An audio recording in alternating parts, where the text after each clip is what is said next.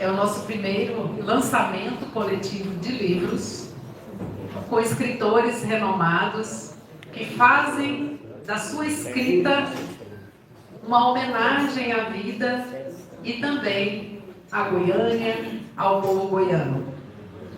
Então nós aqui da diretoria, o nosso vice, Leandro, nossos diretores também aqui presentes e acadêmicos, nós também teremos a alegria de hoje termos as várias faces do humor, com o querido Mauri e Eurípides. Mauri, que vocês sabem, é um ator nacional e internacional, por vários filmes, participações em novelas, em teatros, e eu gastaria a manhã toda aqui para falar do currículo dessa dupla. Então, sem mais delongas, sejam todos muito bem-vindos a esta manhã que alegra esse centro da cidade e que traz a valorização do escritor e da escrita da literatura brasileira produzida em Goiânia. Uma excelente manhã a todos. Muito obrigada.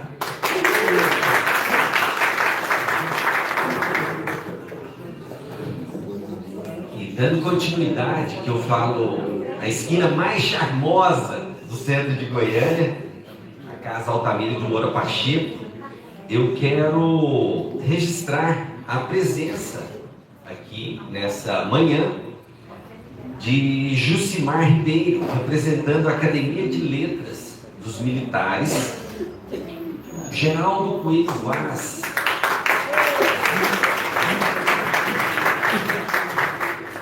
o Geraldo Coelho Vaz, representando a Academia Goiana de Letras,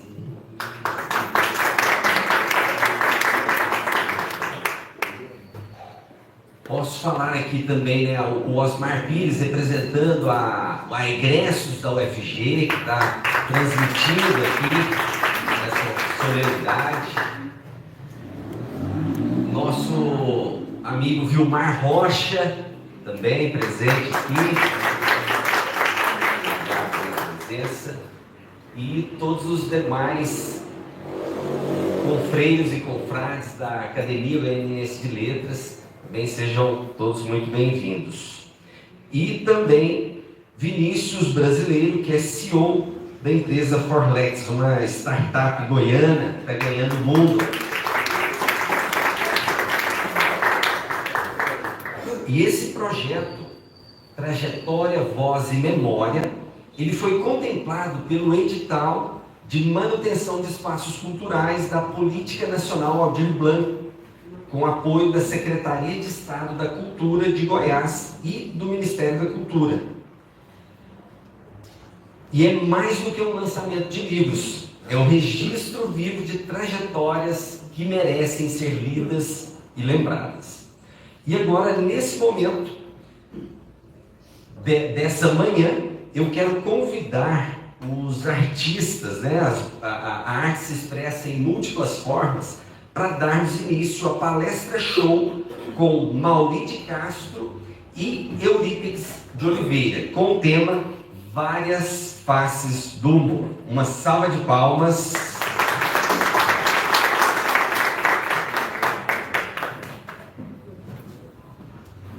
Bom dia!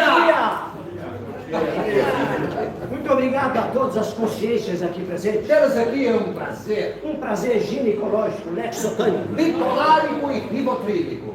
Este não é um espetáculo teatral, mas também não é um show de humor. É um encontro, palestra, show sobre várias faces do humor. E para teatral? Para teatral, porque vamos utilizar elementos da linguagem teatral. É igual para médico. Não é médico, mas usa alguns de seus recursos. E como é um encontro cultural e pedagógico, vamos entender o real significado da palavra humor.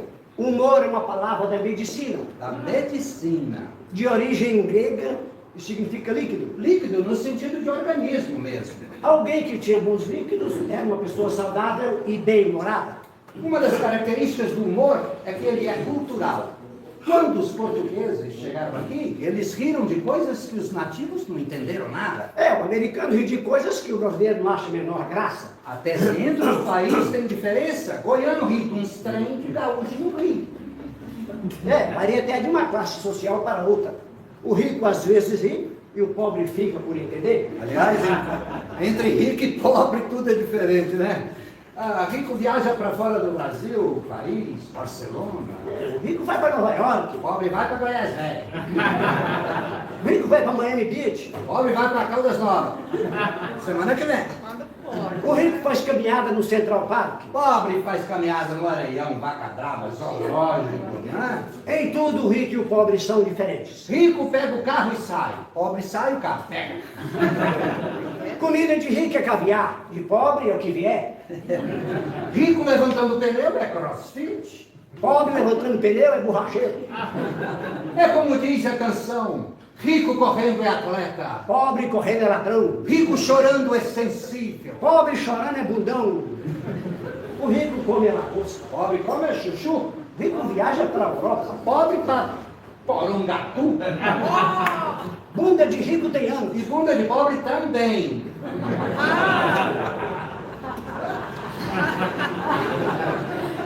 Namoro de rico. Hello, my darling.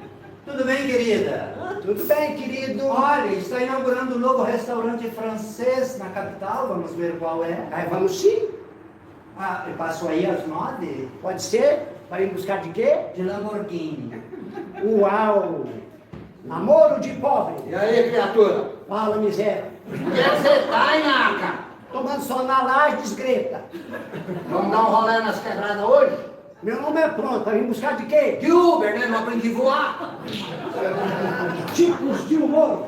Tem humor do objeto e do engano. Humor do grotesco. Humor da troca de identidade. Travestismo. Travestismo. É o humor que faz o jogo do parece, mas não é.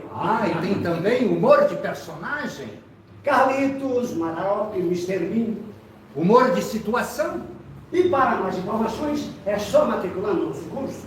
Milagres do Riso. E tem também...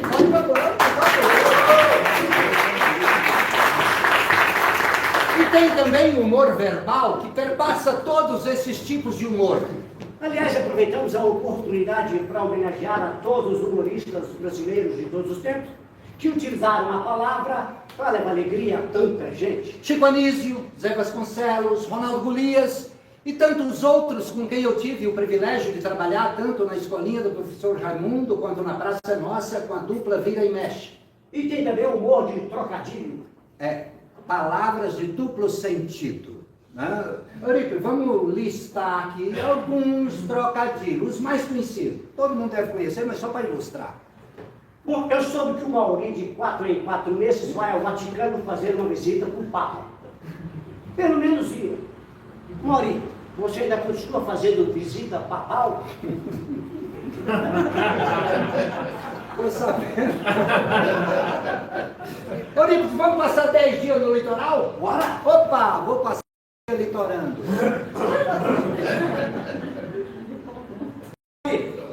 Você gosta muito de ler, não é verdade? Eu e todo mundo, olha lá o que você vai falar. Eu e todo mundo aqui, amor. Eu sei que você está sempre com um livro na mão, livro para lá, livro para cá. Tá com um livrinho aí agora? Eurípides, você ainda está morando lá, naquele endereço que você me deu? Não sabendo disso não. Mauri, você conhece Caratinga? Rapaz, eu tenho um amigo lá em Caratinga. Então você é amigo de Caratingatão? Outro tipo de humor é o chamado stand-up. Vocês conhecem o stand-up, né? Bom, se não conhecem, é só matricular no nosso curso Milagres do Riso. Vou tentar reproduzir aqui algumas coisas que eu vi em show de stand-up. Eu não entendo corrida. Você sai de um lugar para chegar nesse mesmo lugar, só que suado. Eu não entendo certos nomes de filme. Meu Primeiro Amor 2, Segundas Intenções 3. Por que aquela droga chama Boa Noite Cinderela, se quem dorme é a terra adormecida? Por que é que doce geralmente tem nome de umas coisas que a gente não quer comer?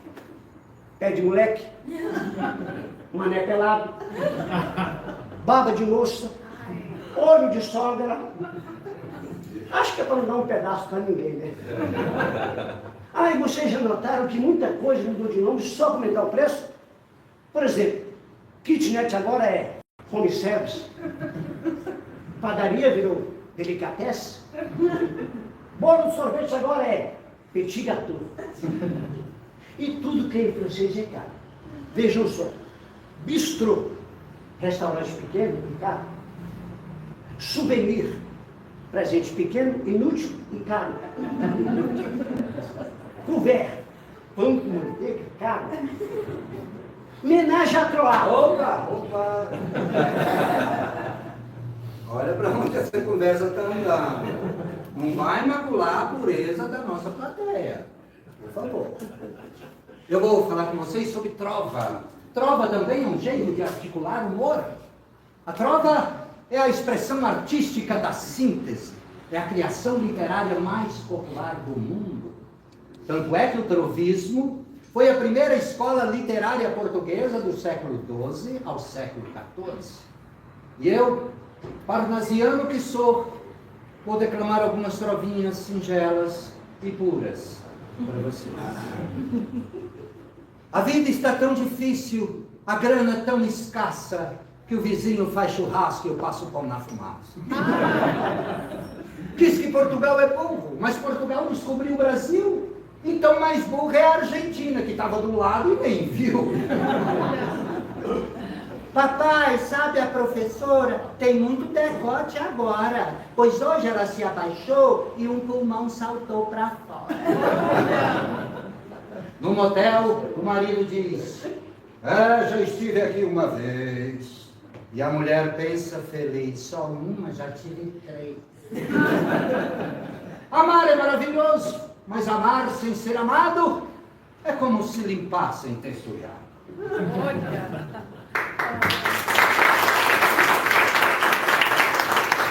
O maior recurso do humorista é a piada. O hábito de contar piadas veio da Grécia. Ali foi descoberto o primeiro livro de piadas. Se vocês quiserem saber mais sobre a evolução do humor, é só matricular no nosso curso Milagres do Riso. Bom, com relação a piada, existem vários tipos de piadas. Piadas curtas, inocentes, picantes. Piadas inocentes geralmente são piadas de criança. Vejam só. 2 bebês na maternidade. Oi, você é menina, não é? Sou. E você? Eu sou menino. Ah, é? Quem te contou?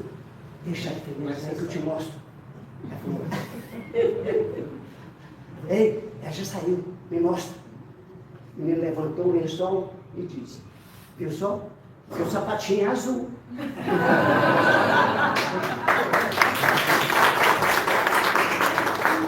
O pai falou para o filho: meu filho, um passarinho me contou que você está fumando maconha. O filho falou: quem deve estar fumando maconha é o senhor, para estar conversando com o passarinho. O filho perguntou para o pai: pai, como é que eu faço para viver eternamente? O pai falou: casa. Se eu casar, eu viverei eternamente? Não, mas a vontade passa.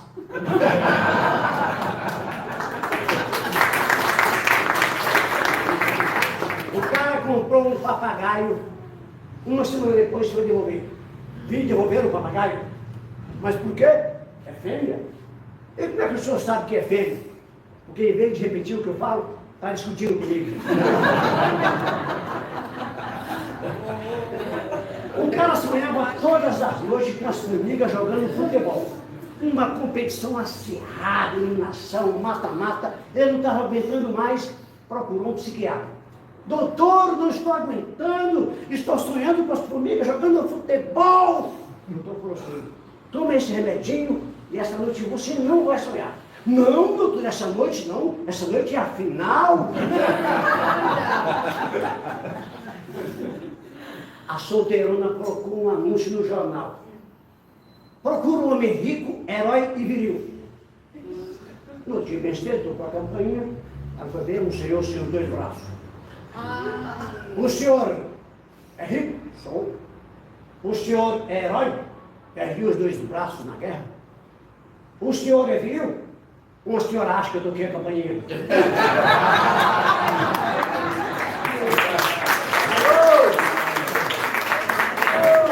Piracali, como é que você tá? Eu cheguei da fazenda ontem de noite. Você tá... Quê? Depressão? Que maneira de depressão, Bira? Você tem que parar de tomar esses remédios aiadas tudo aí, Bira. Não, rapaz, fora de brincadeira, eu acho a sua vida tranquila demais.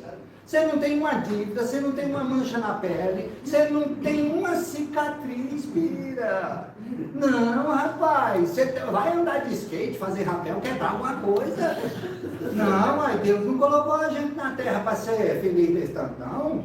Não, vai morar de aluguel lá no Veracruz 18, a vingança. Entendeu? Não vai andar de ônibus. Não, Bira.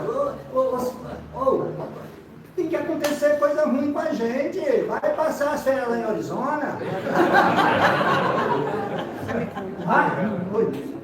Bira, peraí, só um minutinho que eu vou falar. Aguenta na linha aí, hein? Eu tenho uns conselhos para te dar. O senhor pode me ajudar a fazer as tarefas?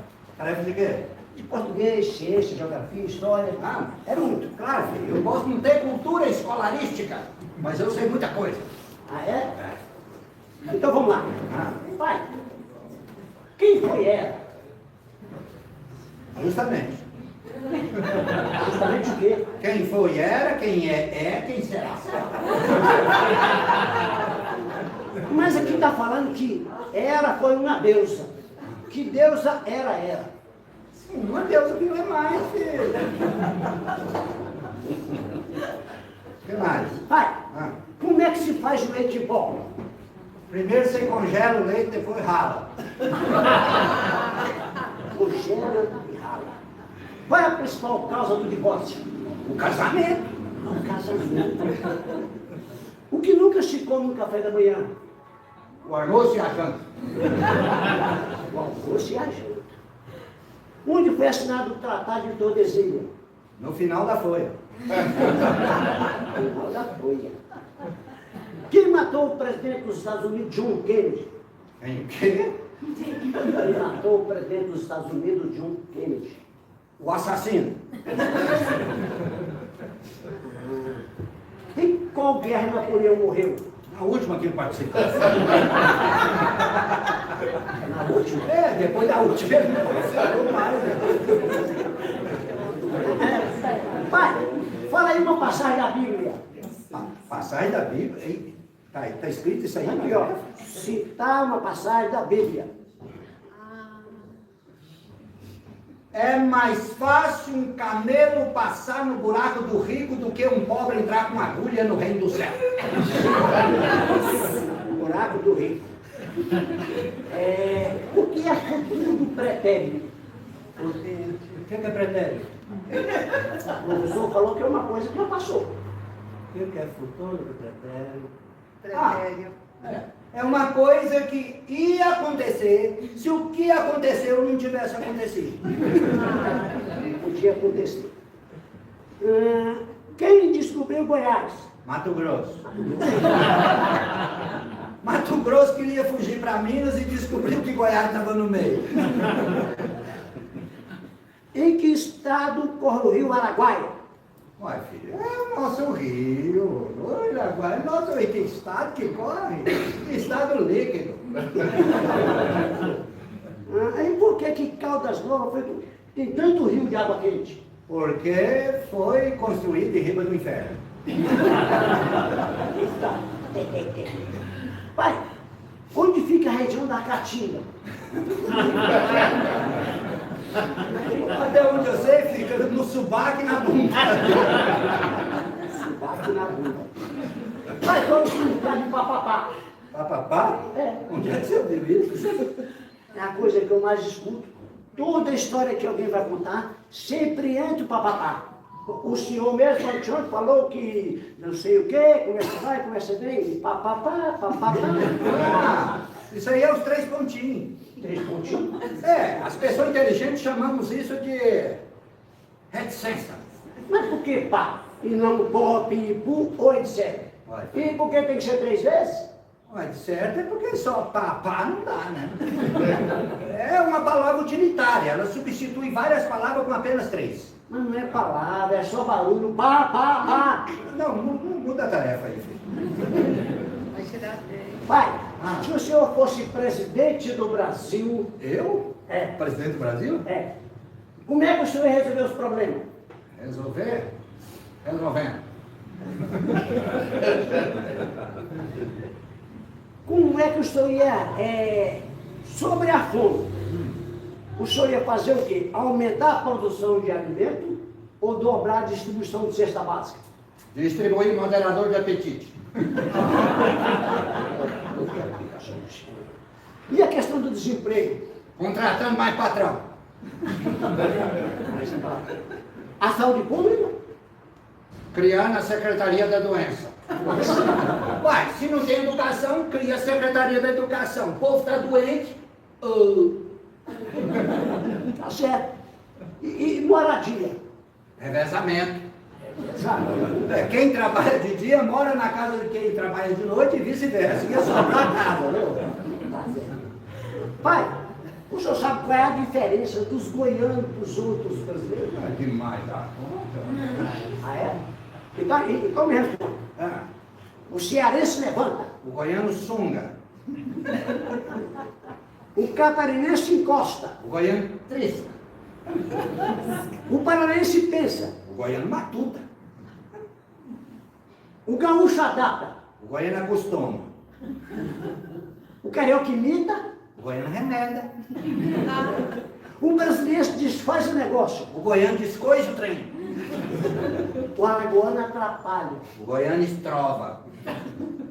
o capixaba desmantela, O goiano estrangola. o pernambucano vai embora, O goiano pica a mula. a bicha carioca dá piti, A bicha goiana dá sabitu. o paulista desconecta. O goiano desengastaia. Pai, o senhor não importa que eu faça isso, não pergunto pro senhor não, né? Mas claro que não, meu filho. Se você não perguntar, como é que você vai aprender?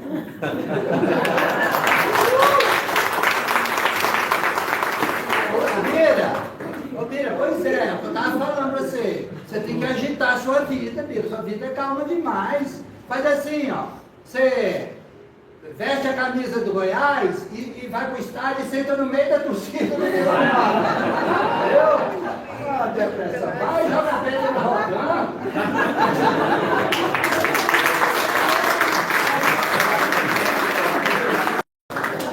Outra fonte onde os humoristas vão buscar o seu repertório é nos causos. Caos não é um jeito de falar, com U não é caso mesmo. Tá? E. Falei, pera, eu não tenho aqui. Vou voltar.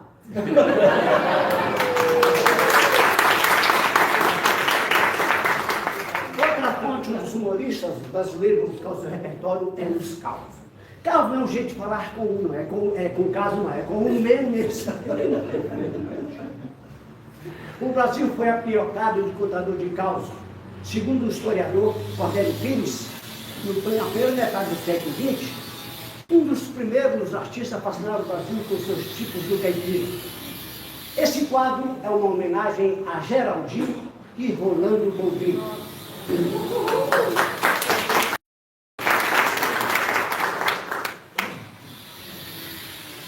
Ué, eu estava lá em casa escutando umas modas, aí eu estava no portão, fui ver o vizinho fazendeiro. Foi lá clamar que a moça tinha comido um bezerrinho. Estava chateado, que era um bezerrinho de estimação, criado praticamente dentro de casa, né? Ele ficou sabendo que eu era catador de onça, e dos pão, foi lá encomendar o cinto. Falei para ele, ó, o senhor pode ficar tranquilo, que eu vou trazer seu bezerrinho de volta. Inteirinho e vivo. Combinamos, ele foi embora, e eu fui ajeitar as tralhas para poder atrás da onça. Peguei a madura, uma garrafa de cachaça, um facão, uma garrucha velha que eu tinha, e ridei atrás da bichona. Quer dizer, da onça. Peguei lá uma mata fechada, um silêncio que dava até um frio na espinha. Aí quando é fé, eu escutei um esturro de onça. Pela distância do esturro, eu calculei que ela devia estar mais ou menos uns 4 quilômetros dali. Tomei lá uma lapada de cachaça assim, e fui no encontro da bruta. Quando fiquei frente a frente com a onça, foi que eu fui ver o tanto que ela era grande. Parecia mais uma vaca de tão grande que era. As pernas babeavam. Despejei o resto da cachaça no papo e parti para cima dessa onça, mas parti com sangue e voz. Nós lutamos 2 horas e 10 minutos dentro dessa mata, rolando para lá e para cá. Uma hora a onça por cima, eu por baixo, outra hora por baixo, a onça por cima, e vai daqui, vai daqui, até que eu consegui encaixar um gole, que eu dei um balão nessa onça, que ela caiu 14 metros para frente. Quando ela bateu lá no chão, ficou de pé, ela ficou o pé na sarola, e eu fiquei o pé atrás. E vai daqui, vai daqui, lá, pega, não pega. Quando ela viu que não tinha saída, mergulhou no rio. Mergulhei aí atrás, nadando 49 minutos debaixo d'água. Eu nunca pude imaginar que uma onça nadasse daquele tanto. Aí quando eu vi que me ia cansar, ranquei da garrucha e dibuei a munição toda no rumo dela. Pá! Quando der fé, vinha vindo um jacaré, já veio com a boca aberta, pronto para me engolir. Deixou uma golpeada no corpo. Ele passou. No que ele passou, montei na capuda do bicho. Ele deu 4 cambotas dentro d'água, tentando me derrubar. Eu lá grudado, feito meleta. Aí eu levei a mão na cintura, para a mão de pegar o patrão. Lembrei que eu tinha largado ele lá fora d'água para não me enferrujar. Aí eu falei, pronto, e agora? Mas aí ele deu uma gravata tão forte nesse jacaré, que chegou a quebrar o pescoço do bicho. Rastei ele para fora e voltei para buscar a onça morta, que já estava afundando. Rastei ela para fora e resolvi tirar o couro dela para mostrar para quem duvidar. Aí eu estou lá, a pina danada da onça, quando é o que eu vejo? O bezerrinho do fazendeiro, inteirinho e vivo sou, lá no buchinho da onça. Palavra é palavra.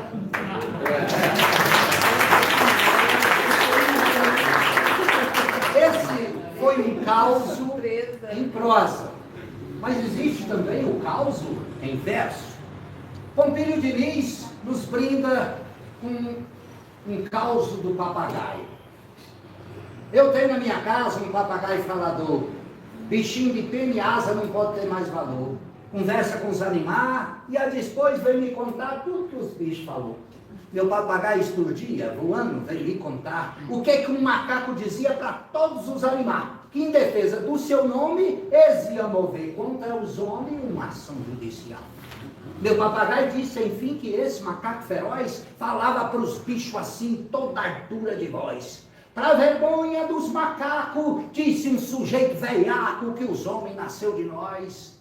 Mas só trouxe desvantagem essa tarde descendência, pois por modo essa bobagem, houve tanta desavença, que de algum tempo para cá, bicho nenhum quer mais dar, macaco muita crença. Mas porém você se engana, pior mentira não há. Coqueiro não dá banana, cada coisa no seu lugar, nem bananeira dá coco.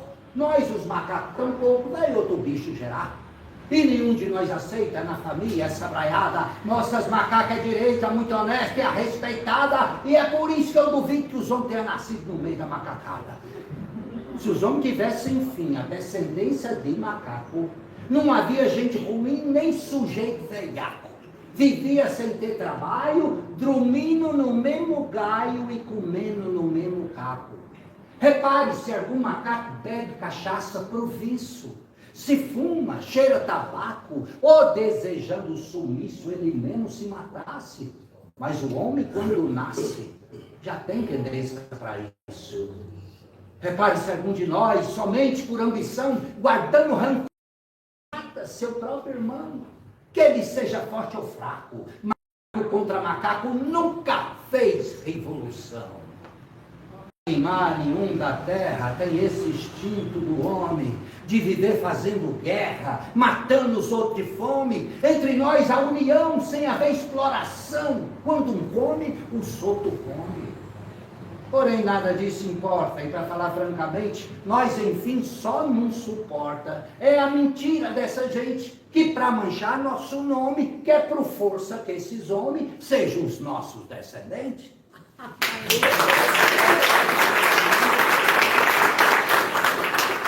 E é claro que não podia faltar nesse workshop sobre humor a fonte mais rica do humor brasileiro, que é o caipira, o matuto, os compadres. Aquele sujeito que tira bicho de pé com canivete, mas já está na internet, e que é jeca, mas é joia. Esse quadro é uma homenagem aos nossos queridos Vira e Mexe, Milton Pinto e Tom Carvalho, Alvarengue Ranchinho, Jararaca e Ratinho, os genéricos e tantos outros. Nasci em Goiás, terra do piqui, e gente bacana e gente cri-cri. Ovo de Guapó faz araquiri, terra de pão duro é Itaberaí. Em Aruanã só tem sucuri, as muriçocas estão em Pameri. Aí em Pontalina foi que eu decidi a mudar de vez para Pires do Rio. Ei, compadre, você tá feliz, hein? Uai, você tá demorando, o jeito foi enrolar. Escuta, o poço aí é bom de peixe? Uai, o Geraldo Pedro Vaz falou que Pacu e Piranha tem debaixo da conta. Ah, é? Tomara, que nós vamos ter que passar no supermercado. É, no vazio que não podemos voltar, né? É, o Geraldo falou. É. Ele é especialista. Vamos dar banho na minhoca, né? Ô, compadre, você gosta de assistir show de cantor famoso? E mais da conta? É? Quem assim, por exemplo, você gosta? Bruno Marrone. Os que dormiram na praça? É, e dois bestas mesmo. Ô, compadre, você não acha que eles gritam demais, não? É, eles pensam que a gente é surdo, né? Outro dia eu vi um show, foi do Amado Católico. Amado católico? No hospital, na sala de cirurgia, pela vidraça eu vi você morrendo a sorrir. O padre, esse aí é o Amado Batista. Não, ele converteu, agora é católico. Compadre, Ah, este dia eu levei um gaúcho para comer em casa, ah, mas o cabra falou tão mal das nossas comidas que só você vendo. mas que ele falou? Ele falou que gueroba é como se você mordesse giló com gosto de chuchu, temperado com balinha negra, salamada e xeracol.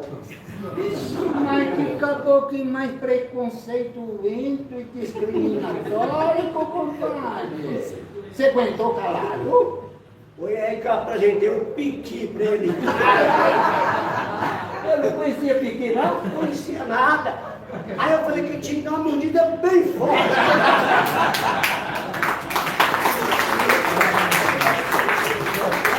Porque o mais gostoso estava lá no caroço. E ele mordeu? Passou 3 dias no hospital para tirar o espírito da boca. Ei, ai. Ô, compadre, estou com vontade de fazer uma pergunta para você aqui, meio intimidante. Faz, pergunta logo, fica enrolando não. É verdade que a sua mulher anda espalhando aí sobre você? O quê? Mas sua mulher anda falando aí que você já faz um tempão que não coloca em prática a prática de colocar. E é por isso que eu estou querendo fazer com ela uma coisa que eu nunca fiz. O quê? Separar. Ah, Compadre, ah, estudou ver se você sai da farmácia. Você está doente? uai, quer dizer que se você me ver saindo do cemitério é porque eu morri? Vamos mudar de assunto. Não. Compadre, você já andou de avião? Mudei muito. Você já andou de avião? Já, mas não gostei muito não. Ah. Morto mesmo. É. Principalmente quando ele está degolando. Eu tenho medo é quando ele está aterrorizando. Compadre, no avião, uma poltrona vertical não tem diferença se não é inclinada, né? É, só tem vertical e vertical demais da conta. É, essas empresas de aviação matam a gente de fome. Você já reparou o que é esse no café da manhã? Barrinha de cereal. Aquele trem serve pra quê?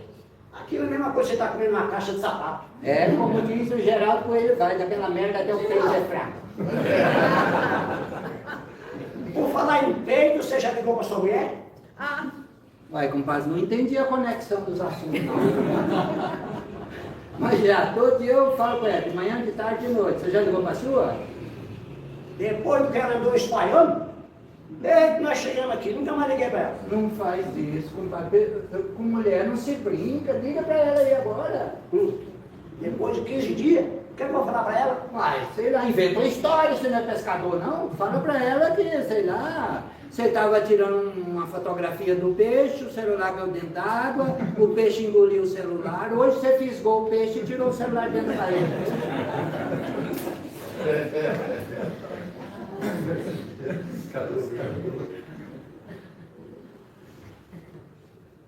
Alô? Mozinho? Não, meu irmão, isso não. Sabe o que é, minha flor? Deixa eu falar nessa, sua esparrega. Sabe o que é? Quando nós chegamos aqui, eu fui tirar uma foto no Tucunaré, aí eu escorreguei, tibum, o celular caiu lá no fundo d'água. Você acredita num azar desse? Por isso que eu não te liguei antes. Mas eu já joguei uma rede lá e fui puxando, estava cheio de peixe. E o celular já saiu lá no meio da rede. Você precisa ter um tanto de foto que o celular está no fundo d'água. Por quê? O Mac descarregou a bateria? Sabe o que é? É que tinha um peixe elétrico. Relógio está na cara dele, isso. Foi por isso que tinha tanta foto, né? Pouquinho de lá no fundo d'água. Aqui, aqui, tchau, amor, o peixe está puxando a linha, tchau, mocinho, tchau. Depois dessa aí, você vai ter que comprar uns 10 quilos de peixe no supermercado. Mas pelo menos uma carninha a ferro, né? Compadre, vamos fazer perguntas de umas coisas que a gente não dá conta de responder? Pergunta que a gente não dá conta de responder. Vai, vamos? Então vai, começa. Quem será que colocou o alfabeto em ordem alfabética? Quem será?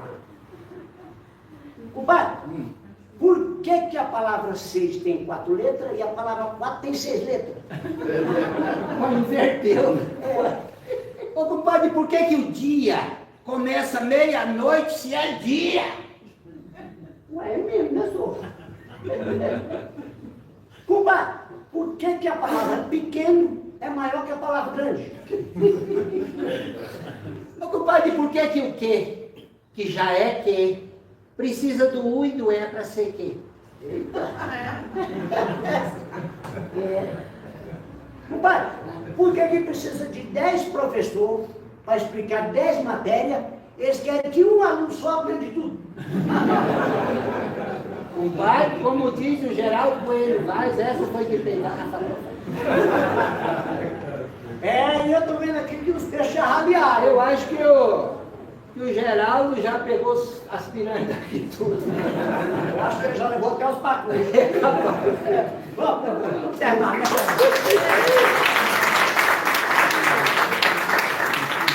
E para terminar este encontro, tem os ditados populares. Ditados populares são expressões de forte conteúdo e poder comunicativo. Ditados populares. Esse é mais uma das expressões usadas pelos humoristas brasileiros. Vamos a eles. Na pior hora da luta, sempre surge um fé da puta. Eu devo tanto, se eu chamar minha mulher de bem, o banco toma. Marido é que nem diploma universitário. A mulher gasta um tempão para conseguir e depois não sabe o que faz com ele. Rico, quando tem problema, faz análise. Pobre, faz empréstimo. Vou continuar nos maridos. Ter ciúme de marido feio é a mesma coisa de colocar alarme num Fusca. Cearense cremado não vira cinza, vira farinha torrada. Tem gente que de longe é feio, mas de perto parece que está de longe. Tem duas coisas que matam de repente: vento pelas costas e sogra pela frente. Sogra é que nem onça. Todo mundo tem o dever de preservar, mas ninguém quer ter um em casa. E vamos conversar.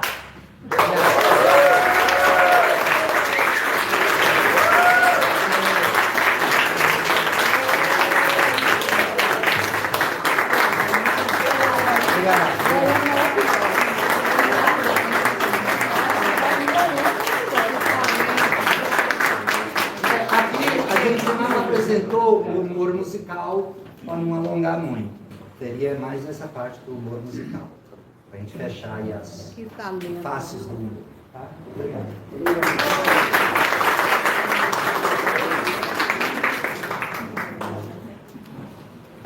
Muito obrigado pela excelente palestra show que nos animou, nos alegrou e eu acho que trouxe muito riso, né? E o riso, ele cura, né? Eu aprendi isso hoje, né? Que o humor, ele cura. Então, que todos nós estejamos aqui com essa dose de alegria para levar esta semana.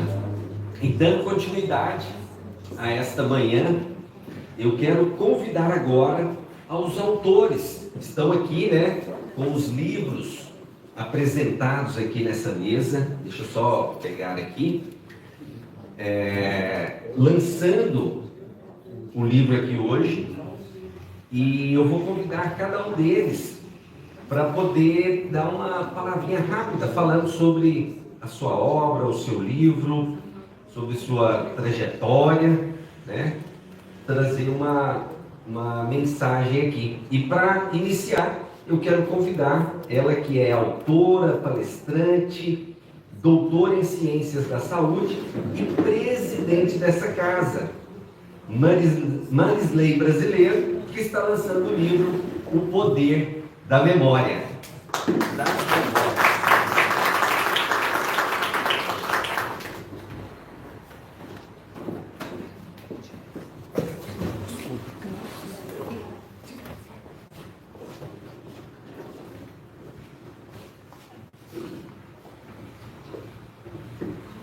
Que espetáculo! Muito obrigada, Mauri, Eurípides. Ficaremos aqui a manhã toda ouvindo vocês. Como é bom, não é, gente? O humor, o riso, a alegria. Muito obrigada. Poder das memórias. Temos 5 minutos. Cada autor, 5 minutos. Mas, na verdade, gostaríamos de falar muito mais. Esse livro, O Poder das Memórias, o nome diz mesmo do que se trata, do poder das memórias. Como as memórias têm poder na nossa vida. Eu sou também professora do curso de Medicina, justamente da disciplina ligada à neurociência, que é consciência, percepção e emoção, é o que estudamos lá. Então, eu já havia acumulado alguns textos, mas os alunos estão no 3º período. Então, é um conteúdo muito profundo e complexo. Então, eu organizei esses textos, trouxe para uma linguagem mais simples, mais acessível, e, de repente, eu me vi com um desafio. Muito se conhece a respeito do funcionamento do cérebro, da mente, dos neurotransmissores. Mas e a memória? Que memória é essa que nós temos? Que memória é essa que conduz as nossas vidas? Podemos ressignificar as memórias que nós temos? Quais são as primeiras memórias que nós temos lá no início da infância? Você se lembra quando você andou de bicicleta pela primeira vez? E o que é que você escolhe se lembrar? Do vento batendo em seu rosto? Da sensação de liberdade? da conquista de ter retirado as rodinhas? Ou você se lembra do joelho ralado? Quem se lembra do joelho ralado? Quem se lembra da sensação de liberdade? Então, se você se lembra da alegria, da vitória de andar de bicicleta e da sensação de liberdade, então você cultiva boas memórias. Então a sua vida é pautada em boas memórias.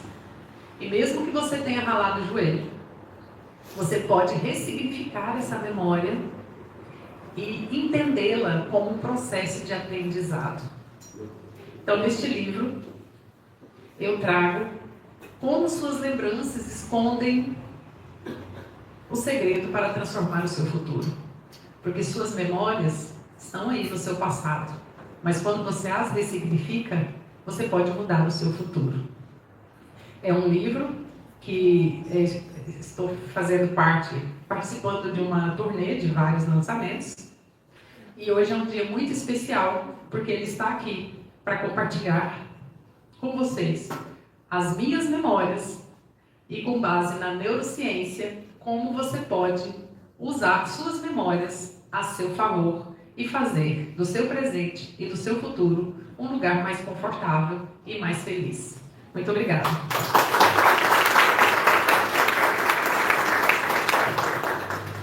Parabéns pela obra, Marisley. E agora eu quero convidar ele, que é autor, pesquisador, pós-doutor em Direitos Humanos, o nosso amigo Osmar Pires, com o livro Goiânia Usurpada.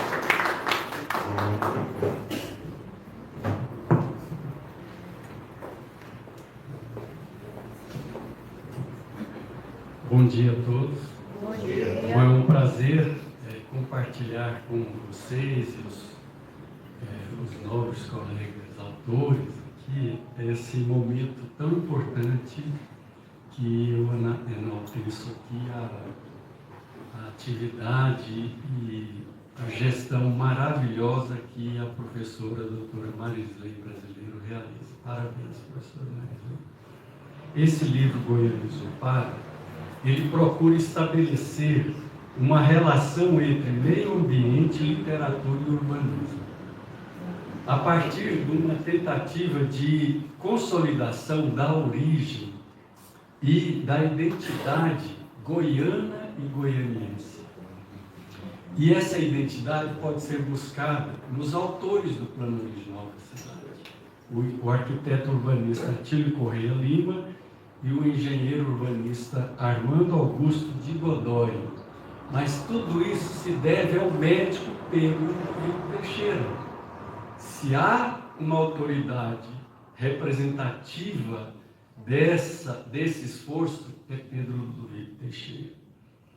E essa identidade remonta a Howard, um urbanista inglês, que estabeleceu as Garden Cities inglesas de Letchworth e Welwyn, de maneira que nós podemos identificar Goiânia como a terceira cidade-jardim de Howard. E isso estabelece uma rede mundial de cidades-jardins, que é o que há de mais moderno em termos de realização humana. Então veja onde nós temos que beber a fonte, né? Então, e isso se deve a um esforço de estabelecer um nexo daquilo que os escritores realizam, através das obras de autores mais especificamente urbanísticos. Está aqui o Mauro Pereira Souza, que é o arquiteto urbanista da nossa academia, mas ao lado dele, Jacira Rosa Pires, Narcisa Cordeiro, Normalice Queiroz, Tânia Daia, Volney Nunes, Celina Manso e outros. Mas isso se relaciona à grande obra de Eli Brasiliense, Aidenor Aires, José Mendonça Teles, Bariane Hortêncio, Carmo Bernardes, Anatoly Ramos, Neide Mendonça, Ubirajara Gali, Geraldo Teixeira Alves, Geraldo Coelho, Miguel Jorge, José Sêneca Lobo, Ofélia Sócrates Nascimento Monteiro, Emídio e Marisley Brasileiro, são autores que, juntamente com Paulo Bertrand, Mars Chaum, são as fontes que nós devemos beber para realimentar e consolidar essa identidade da qual estou falando. Então eu cito alguns eventos históricos que vão nos ajudar a compreender essa identificação. O decreto 2737, de 20 de dezembro de 1932, instituiu a comissão para a escolha do local da nova capital. E essa comissão foi presidida pelo bispo Dom Manuel Gomes de Oliveira, fundador da PUC de Goiás e da Academia Goiana de Letras. Olha aí que identidade. Mas ele não atuou sozinho. Ele estava junto com o que havia de mais expressivos da sociedade goiana. Então vou citar o engenheiro João Argenta, o engenheiro Jerônimo Fleury Curado, o médico Laudelino Gomes de Almeida, o advogado Colemar Natal e Silva. E mais representantes do comércio, do exército. Essa comissão estabeleceu os estudos da situação geográfica, topográfica e hidrográfica do local, do sítio escolhido. Então esses dados ajudam a gente a compreender a profundidade do estudo. O rio Meia-Ponte foi estudado com a vazão de 4,2 metros cúbicos por segundo. Lembra desse número, 4,2. Agora, o Santo Antônio, o Anicuns com 2,7. O Santo Antônio com 1,6. O Cascavel com 0,3 metros cúbicos por segundo. Vejam os dados. O Macambira, 0,2 metros cúbicos por segundo. Isso significa que a cidade não estava desvinculada do seu sítio. E existe algo mais nobre do que a água. E isso tudo com as altimetrias, para abastecer a cidade. Agora, mais do que isso, foi o relatório que essa comissão, por sugestão do bispo Dom Emanuel, contratou o engenheiro urbanista Armando Augusto de Godoy. Olha a família, Godoy. E ele apresentou o relatório ao governador, estabelecendo as diretrizes urbanísticas preliminares de Goiânia, baseada na integração urbano-rural. Isso é o que há de mais moderno no mundo hoje. Lá na década de 30, nós já estávamos com o que há de mais moderno no mundo hoje. A trindade econômica, industrial, bancária, comercial. Outra modernidade, outra pós-modernidade. E isso resultou que, no decreto 3359, de 18 de maio de 1933, foi feita a escolha do local nas fazendas Crimeia, Vaca Brava e Botafogo. Nomes fazem parte da nossa vida. Crimeia, Vaca Brava e Botafogo. Em seguida, foi feita a contratação do arquiteto urbanista Atílio Correia Lima, em 6 de julho de 1933, pelo decreto 3547. Então veja, Atílio não surgiu antes, como enganosamente muitos acreditam. Atílio foi o resultado de um trabalho. Portanto, a obra arquitetônica que ele implantou foi o resultado de um plano diretor. E ele fez muito. Tudo que tem em Goiânia, ele estava aqui, ele montou acampamento, morou numa barraca em pleno cerrado.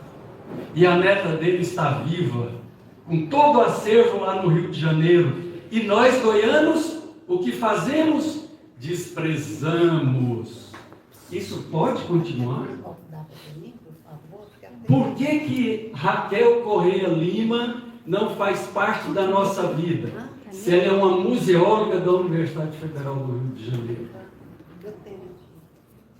Em 24 de novembro de 1934, foi contratado o engenheiro Jerônimo Coimbra Bueno, para executar as obras arquitetônicas e urbanísticas anteriormente elaboradas. Aí nós formamos agora um conjunto de conceitos que eu passo a finalizar, que são os agentes produtores desse espaço urbano. Então aí você tem, veja bem, o incorporador, que é quem incorpora. O incorporador é quem desmembra em frações ideais e entrega o lote para cada um morar. Certo? Mas nós temos o produtor, propriamente dito, que é o construtor. E temos o consumidor final, que é o comprador, somos nós. O que esses três agentes fizeram de Goiânia podem ser exemplificados na dilapidação. Setor Bueno, setor Coimbra, região central. Só para vocês terem ideia, na região central foram incorporados 535 lotes comerciais que não estavam no plano. Tudo isso justificado pela lei da oferta e procura. Porque tinha oferta demais que poderia prejudicar o crescimento de Goiânia. Isso é verdade. Uma região central desfazer do seu comércio porque esse ofende a lei da oferta e da procura, na verdade foi um diversionismo para esconder que o objetivo era se apropriar do centro de Goiânia que estava construído e gerando lucro. Portanto, esse lucro foi privatizado. Ele não foi socializado. E aí eu concluo. Esse histórico nos remete ao que está no livro, que é a história do Vaca Brava, do Areião, que foram loteados, escriturados, registrados em cartório em nome de particulares, mas foram recuperados pela luta da consciência da cidadania que se deu conta desse patrimônio. Um patrimônio que, apenas para finalizar com esse dado, um patrimônio ambiental que está avaliado apenas por esses bens recuperados, esses aqui, 1,6 bilhões de reais. Só o Vaca Brava. Quantos outros patrimônios estão aí sendo dilapidados? São 8 milhões e 500 mil metros quadrados de patrimônio ambiental dilapidados até agora. E se continuar assim, o índice de área verde do plano original de 121 metros quadrados por habitante vai se reduzir a menos de 40 em pouco tempo. Isso, calcula o valor disso. Então é hora de resgatarmos essa identidade. E os escritores têm uma tarefa enorme pela frente e podem contribuir para a superação desse desafio e proporcionar uma cidade modelo, como desejou Pedro Ludovico Teixeira. Obrigado. Uma aula.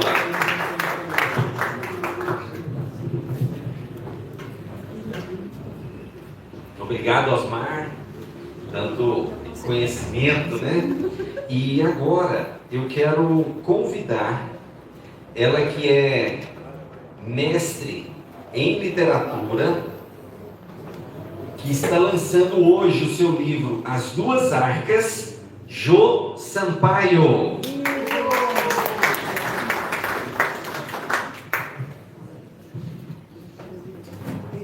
Aqui, ó, o livro. Sim.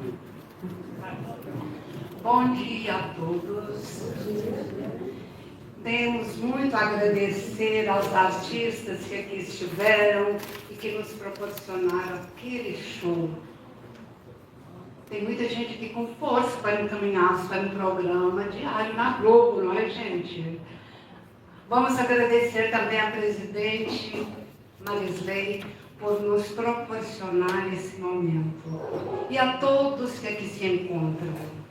Então, para ser breve, eu estou aqui com o meu livro As Duas Arcas. Constam aqui 3 textos de características memorialistas e o restante é ficção. Um jogo principalmente com as palavras. Nossas palavras, a palavra, como já disse Drummond, tem 1000 faces, não é? Então aqui eu tenho textos em que parece que é, mas às vezes nem é aquilo. A palavra pode ser jogada para muitas conotações. A palavra arca, para mim, tem uma simbologia muito profunda. Muito profunda. Arca é o baú das lembranças, das recordações, é a arca da aliança. É uma palavra que, para mim, eu a coloco no campo do sublime. É uma palavra que, para eu chegar à plurissignificância que ela tem para mim, é assim uma coisa de muita profundidade. Então, o duplo está em tudo. As arcas lembram o jogo da aparência e da essência. Eu acho que todos aqui conhecem o conto Espelho, de Machado de Assis, não é? 2 rapazes num bar discutindo sobre a alma. Aí um fala: nós temos apenas uma alma. E o outro diz: não, nós temos 2 almas. Aí um outro diz: não, nós temos uma alma para cada momento. Então, eu joguei também as minhas 2 arcas para vários momentos que nós temos na vida, principalmente o jogo da aparência e da essência, o jogo da polissemia das palavras, o jogo do ser e do não ser. Algumas pessoas já me deram prazer de ler esse livro, e essas poucas que leram, que para mim eu considero muitas, porque a cada leitor um agradecimento. Então, essas pessoas que já leram o meu livro disseram que o texto Maria,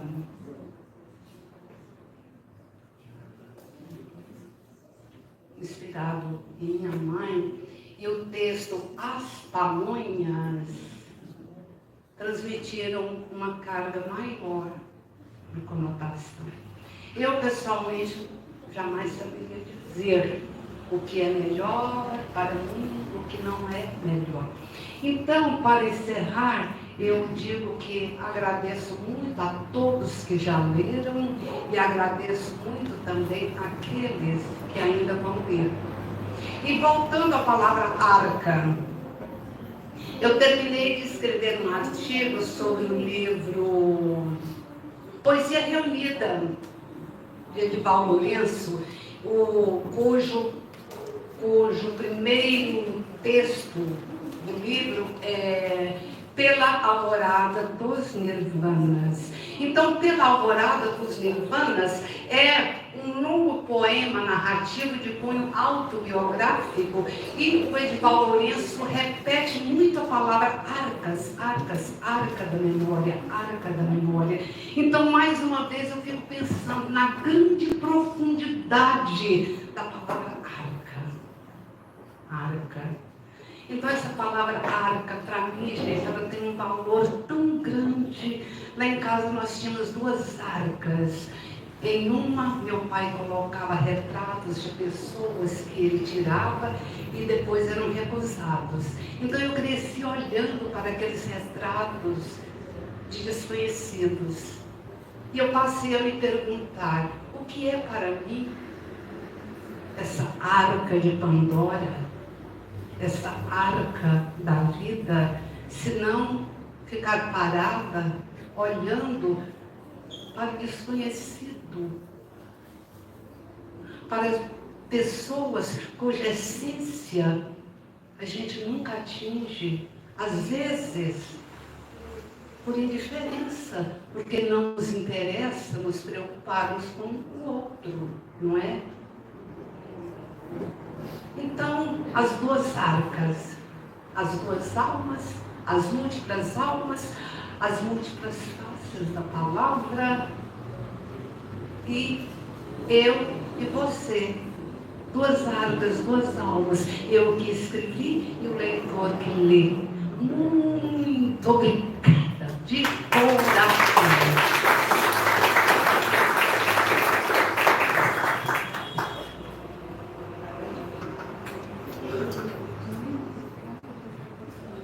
Parabéns, Ju.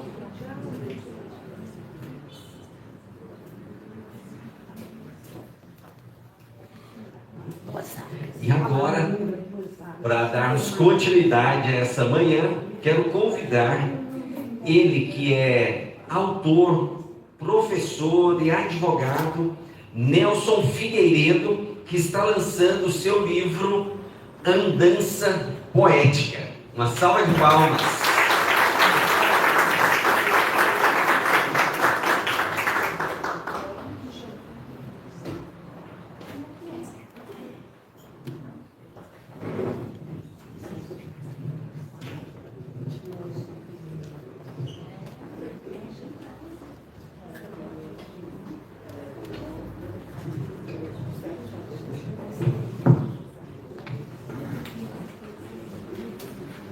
Bom dia a todos. Bom dia. Em primeiro lugar, eu quero agradecer a nossa ilustre presidente da Academia de Letras e a sua equipe pela organização desse pequeno evento, mas que prima pela beleza, pela organização e pela eficiência. Em segundo lugar, agradecer os nossos artistas goianos que deram esse show maravilhoso para nós aqui. Esse show é muito bom e que mostra o talento dos goianos em todas as áreas, inclusive no humor, na comunicação verbal. Agradeço a presença dos meus filhos, da minha família, dos amigos, das pessoas queridas que estão me prestigiando aqui hoje. Como a fala é breve, eu vou ser muito breve a respeito do meu livro. Esse livro que eu estou relançando hoje chama-se Andança Poética. É um livro em que eu reuni os meus 3 livros de poesia já publicados, mais os poemas inéditos até então. Posteriormente, com o esgotamento do livro, surgiram alguns poemas novos e outras oportunidades que eu considerei muito valiosas. Por exemplo, na publicação de uma segunda edição, eu me lembrei muito carinho e fui advertido. Eu me lembrado também desse sentido, pelo Birajara Gali, que foi o curador da obra, do nosso amigo, do meu amigo José Mendonça Pérez. O professor José Mendonça foi o meu grande incentivador cultural, o meu amigo, o meu companheiro de magistério e companheiro cultural, que sempre mora no meu coração.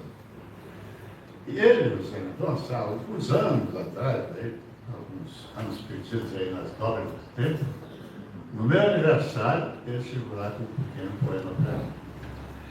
Esse pequeno poema abre o livro e também preservado, graças ao cuidado do meu grande curador do livro, preservado no tipo da máquina que ele escrevia, que era o Olivetti pequenininho.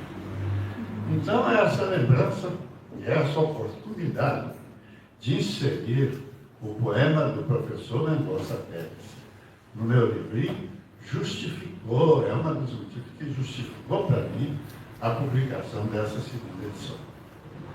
Além disso, nós temos a fotografia colorida dos livros publicados que antecederam essa obra, que ilustra maravilhosamente para que as pessoas saibam do que está se tratando. Mais do que isso, o livro tem um prefácio maravilhoso do poeta Aide Moraes, que eu sempre admirei e acho um excelente poeta. Além disso, fotografia de três pessoas muito caras para a cultura goiana e para o livro. O professor, o Dr. Geraldo Coelho Vaz, que inclusive nós estamos comemorando o ano do Geraldo Coelho Vaz, que é um ícone da cultura goiana. O professor, pesquisador, escritor, o Birajara Galho, que é uma pessoa muito querida no meu coração, e mais a minha pessoa. Mas tem também uma foto e um prefácio maravilhoso, como eu já disse, do Edenor Aires, e essas questões todas, mais a menção e a fotografia do professor Zé Mendonça, abrindo o livro na minha companhia, isso se tornou muito rico para mim, e emocionalmente e historicamente, em termos de amizade, de preservação daquelas coisas que enriquecem a nossa existência. Então, esse livro é o meu testamento e o meu depoimento poético. Tudo que eu fiz melhor de poesia na minha existência, estou com 81 anos, tudo que eu fiz melhor de poesia na minha existência está nesse livro. E eu não vou falar mais, já falei tanto dos meus pensamentos, da necessidade de poesia na atualidade. E nem precisa. Nós vivemos uma situação bélica, aguerrida, permanente e com constantes ameaças à paz mundial. Então, em 1981, recordando rapidamente, quando eu lancei o primeiro livro meu de poesia, Sonhos de Esporas, foi um lançamento um pouco concorrido, porque eu lecionava em duas universidades, muitos alunos, muitos amigos. Quando eu lancei em 1980 o livro Sonhos de Esporas, havia uma guerra entre Iraque e Irã, e os Estados Unidos estavam lá com o Iraque ajudando a bombardear o Irã. E havia uma ameaça de que a refinaria de Abadan, que era no Iraque, seria bombardeada. E seria o aspecto mais grave da guerra, porque representaria um golpe fatal na produção petrolífera lá de Irã e circunvizinhos. Então, em 1981, ao lançar o livro, eu lembrei naquela noite que nós tínhamos que concentrar o nosso pensamento em poesia e em Deus para que não houvesse o bombardeio da refinaria. Bom, os anos passaram, eu lancei 2 livros de poesia posteriormente, e posteriormente uma mudança poética, e hoje, no relançamento da segunda edição desse livro, nós vislumbramos, olhamos panoramicamente para a realidade universal e vemos que o quadro é o mesmo. Mudaram os protagonistas, os atores, mas não tão profundamente. Na verdade, são os mesmos, com outros nomes, mas com o mesmo território de apoio para a expedição de bombas, de mísseis. E eu fico feliz mais uma vez, numa época em que a grande preocupação do mundo é o lançamento de mísseis, que a gente possa estar aqui lançando livros.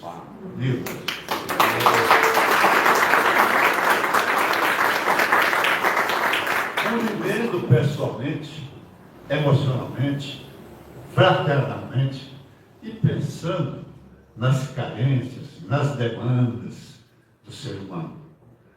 Agradeço a presença de todos, a oportunidade que nos foi dada pela nossa presidente da academia, sua equipe, nossos amigos, confrades, e esclareço um pequeno detalhe. Eu não vou vender o meu livro, eu vou distribuir para os amigos, porque eu tenho prazer de ter a oportunidade de ler o meu livro, e é apenas isso que eu espero desse ótimo desse maravilhoso acontecimento de hoje. Agradeço a todos. Parabéns, Celso.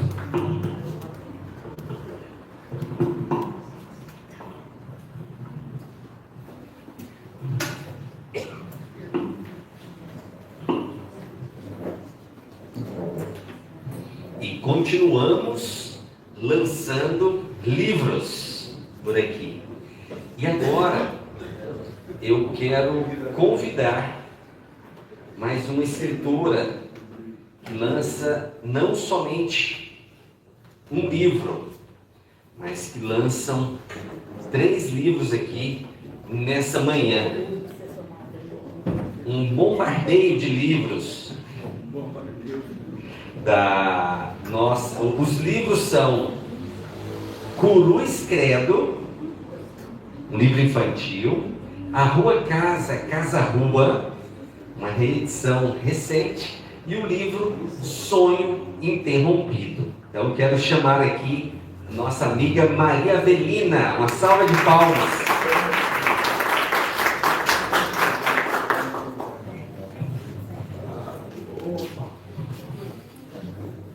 Bom, para a gente chegar aqui, a gente passou por várias lutas, né, por várias pessoas interessantes nos ensinando. E eu gostaria de quebrar um pouco esse protocolo e inicialmente agradecer ao professor Wesley, colega de muito tempo da UNIP.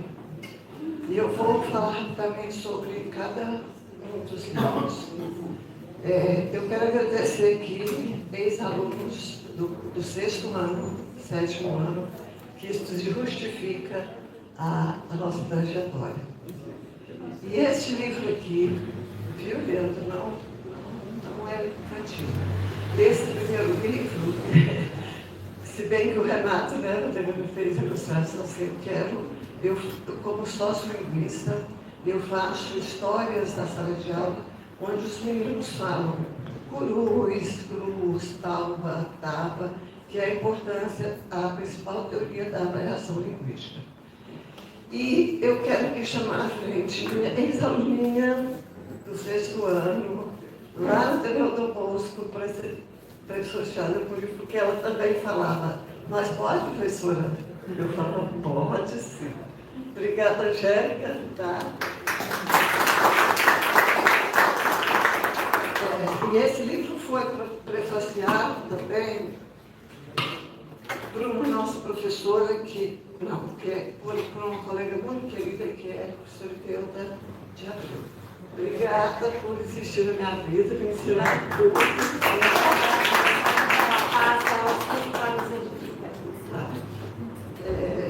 A Rua Casa, Casa Rua, é de conhecimento que eu fiz uma grande pesquisa no hospital de rua no meu mestrado. Essa experiência realmente a gente sai dela com outra pessoa. E eu escrevi na época do mestrado um livro chamado Tô Vivo, que não tem mais edição, né? E os meninos começaram a contar histórias, aí eu vi policial contando pro bar, advogado contando pro bar, uma série de arquitetamentais. E quando a UFG, através da pessoa, da professora Raquel Teixeira, que eu muito agradeço, que foi meu orientador de mestrado, me incentivou a escrever. O que eu estivesse vendo na rua é uma teoria da sociolinguística também, pesquisa etnográfica, que o pesquisador convive diariamente com o seu grupo de pesquisa.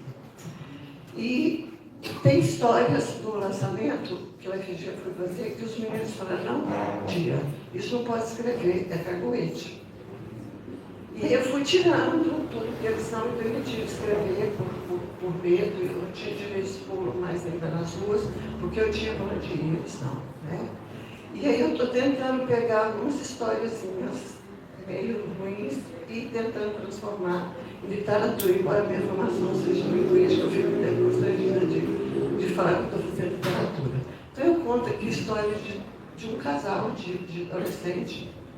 Um participava de um grupo de meninas de rua do centro aqui, e um menino do outro grupo lá na antiga rodoviária.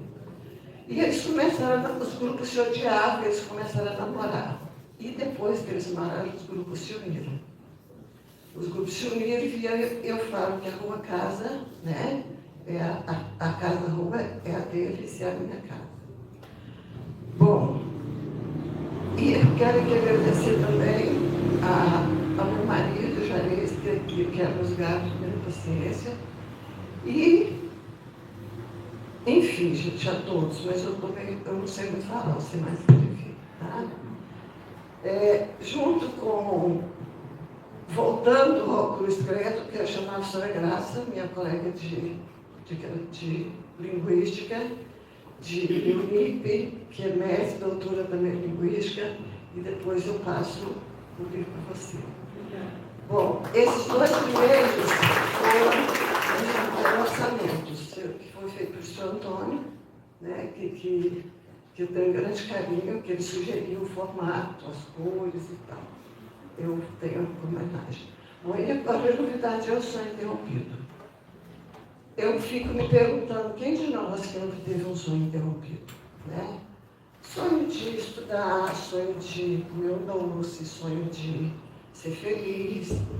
São sonhos, não tem sonhos simples. Sonhos são sonhos. E para realizar esses sonhos, eu contei com muitas pessoas.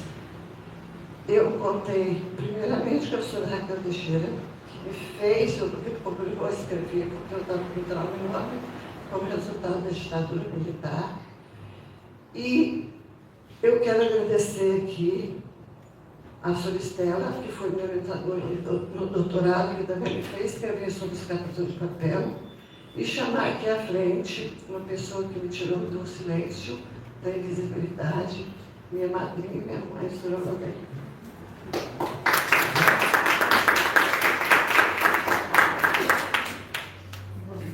Você faz sonhar sempre, viu? Sonho, falei para meus companheiros, que sonhos serão as únicas coisas que o IA não vai substituir. E esse sonho, eu sei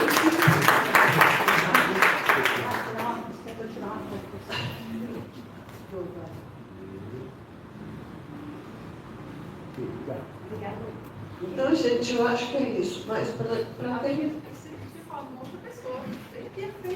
Eu chamei a Bela. E eu? Você não tem? Não veio. Depois eu quero aguardar. Depois, agora, a expressão da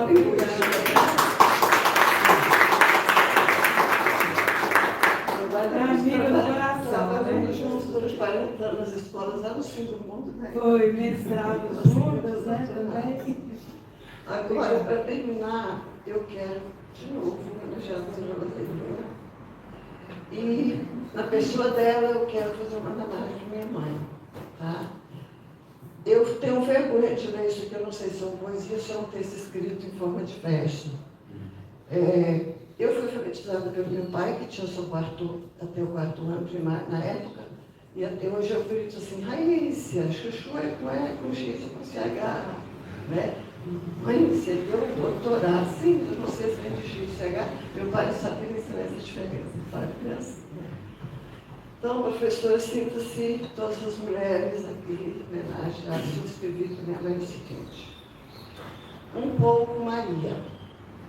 A minha mãe, Maria da Piedade Carvalho, Maria do Rigosino, Maria Passadeira e Lavadeira, Maria de todas as Marias, grande, forte, mais forte do que o Carvalho, indicou-me junto com meu pai o caminho das letras, da esperança, e agradeço dessa forma, sendo um pouco Maria.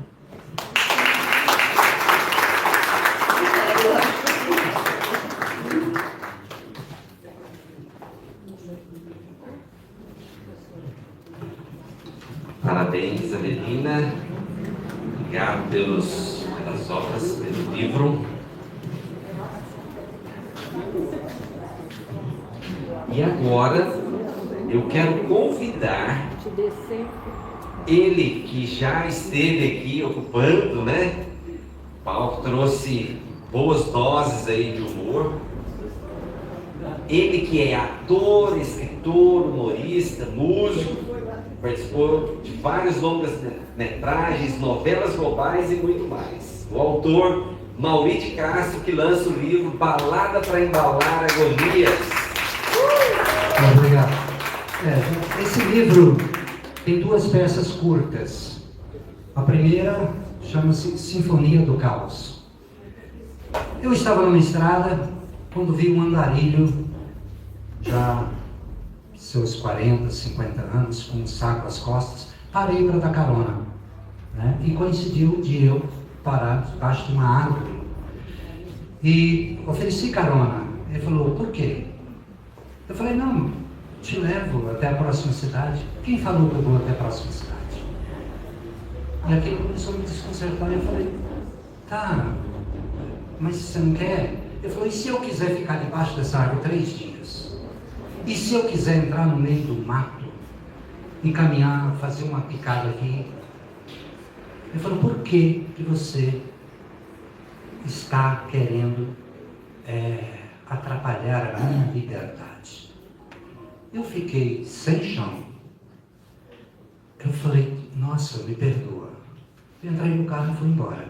Eu falei, eu preciso escrever alguma coisa sobre esse personagem, o andarilho de estrada. E escrevi Sinfonia do Caos, que depois já está em cartaz há alguns anos. Foi traduzida para o espanhol e lançada num livro de monólogos latino-americano pela Universidade Federal Nacional de Bogotá. Bom, esse é uma das peças. Uma peça curta, um monólogo. Outra chama Sozinho a Dois. Também uma peça curta. E tem também nesse livro, como foi um livro comemorativo e distribuído na minha posse da Academia Goiana de Letras, tem também um registro fotográfico de alguns trabalhos sobre os 50 anos da minha carreira, uma coisa mesmo. Então, aqui o livro é esse. Muito obrigado. Obrigado, Mauri. Eu quero chamar aqui novamente a Jo Sampaio, que ela tem uma mensagem rápida aqui para nós, antes do nosso encerramento. Muito obrigada. Com aquela angústia que a gente fica para não extrapolar no tempo, nós esquecemos coisas importantíssimas. Por exemplo, quem fez o prefácio do meu livro foi o atual presidente da Academia Goiana de Letras, o grande e admirado escritor Aidenor Aires. Então, o escritor Aidenor teve esse gesto de humildade ao prefaciar o meu livro, e eu não citei o nome dele. Então, ele é uma espécie de coautor do que eu escrevi. Se os outros textos não forem de grande importância, pelo menos o prefácio é.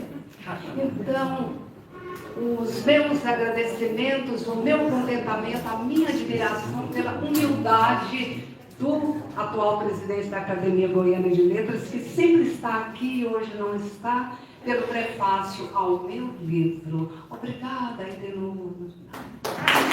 Obrigada a você. Eu quero chamar aqui todos os autores para a gente tirar uma foto. Para a gente tirar uma foto aqui, cada um com o seu livro na mão. Deixa eu tirar aqui o ponto. Eu só quero corrigir um gafe. Esse livro tem o prefácio da doutora Rita, psicanalista Rita Francis Franco, e que é a coisa mais valiosa do livro é essa análise que ela faz sobre as agonias, tá? Rita, muito obrigado. Tá, desculpa, eu esqueci de falar o mais importante desse livro aqui. Eu tenho vários afilhados, todas meninas. E esse livro foi feito pelas minhas princesas, Raíssa Vitória, a Gilda de Tônia, Viviane, Lízia, Sandra, Vânia, Aline e Maria Luísa Menores, tá? Então, que a Raíssa não permite que vocês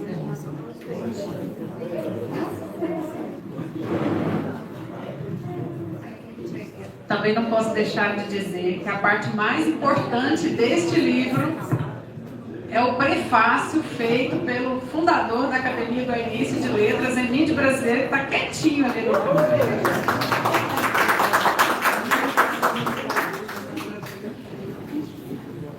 E quero aproveitar e agradecer, porque esta casa, Altamira de Moura Pacheco, é uma casa da Academia Goiana de Letras. O doutor Edenor não está aqui hoje, mas o nome dele foi citado várias vezes. E o nosso muito obrigado ao doutor Edenor, o Bíblia que está aí, Geraldo, sempre nos apoiando nesse momento. Espera aí que ela vai fazer a força. Quero agradecer a Patrícia e a Amanda pela organização aqui de todo esse momento. Cida, que sempre que muito nos ajudou nesse projeto. Obrigada, Patrícia, obrigada, Amanda, obrigada, Cida. TV Egressos aqui, que já recebeu o agradecimento. Rosane, representando a Academia Espírita de Letras.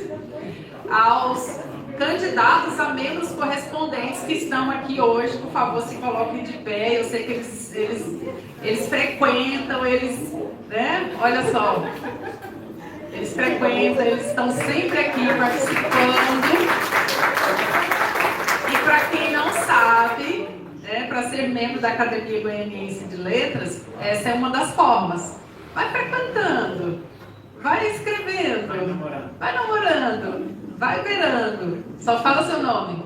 Randy Silva. Randy Silva, que é escritor. Daniana, que é escritora também. Tem mais? Bom, agradeço também ao pessoal da UB que está aqui presente. E quero dizer, muito brevemente, esperando a pose, né? Que, sem mais delongas, que há escritores, então, aqui hoje que estão doando seus livros, presenteando, sim, com seus livros. Há escritores que estão vendendo o seu livro, mas que a renda vai para a Academia Goianiense de Letras, que é o meu caso aqui hoje. O Mauri também está vendendo, mas a renda vai para a Academia Goianiense de Letras. Osmar também vai. E há escritores que custeiam seus livros, que tiram do seu bolso e vendem o livro e precisam desse retorno para fazer uma nova edição, senão o livro morre, certo? Então comprem o livro do seu escritor. Como quem está vendendo aqui hoje, Jô Sampaio. Você está doando também? Mas eu preciso de pelo menos alguém para vender o livro, para fazer uma edição aqui. Quem quer? Maria Evelina? Então, Maria Evelina. Então tá, eu vendo. Venda. Se a causa é nobre, eu vendo. A causa é nobre. A causa, muitas vezes, é o próprio escritor. Então, prestigie. Compre. Hoje ela vai vender. Incentive. Eu já comprei. Ó, já comprou. Tá vendo? Então agora vamos fazer essa pose aqui, que o meu cerimonial já está me cutucando aqui. Então, vamos para a pose. Mostrem os livros. Mais uma salva de palmas aí para todos os autores que estão lançando o seu livro. Um momento nobre, um momento de muita valorização da literatura, da leitura, dos autores. Essa manhã...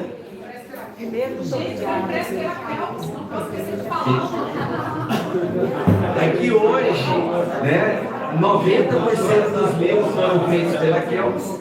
E eu quero aproveitar, né, e convidar todos para um momento de sessão de autógrafos, peguem, conversem, tirem fotos e agradecemos a participação de todos nessa manhã. E reafirmamos a Academia Goianiense de Letras, seu compromisso com a memória, cultura e a valorização de nosso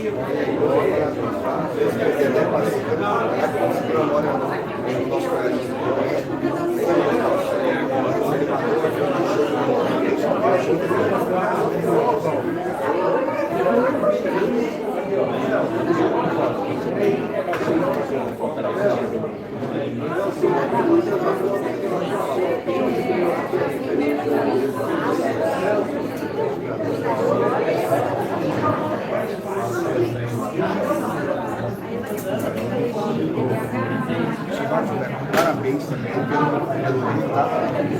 Muito boa análise.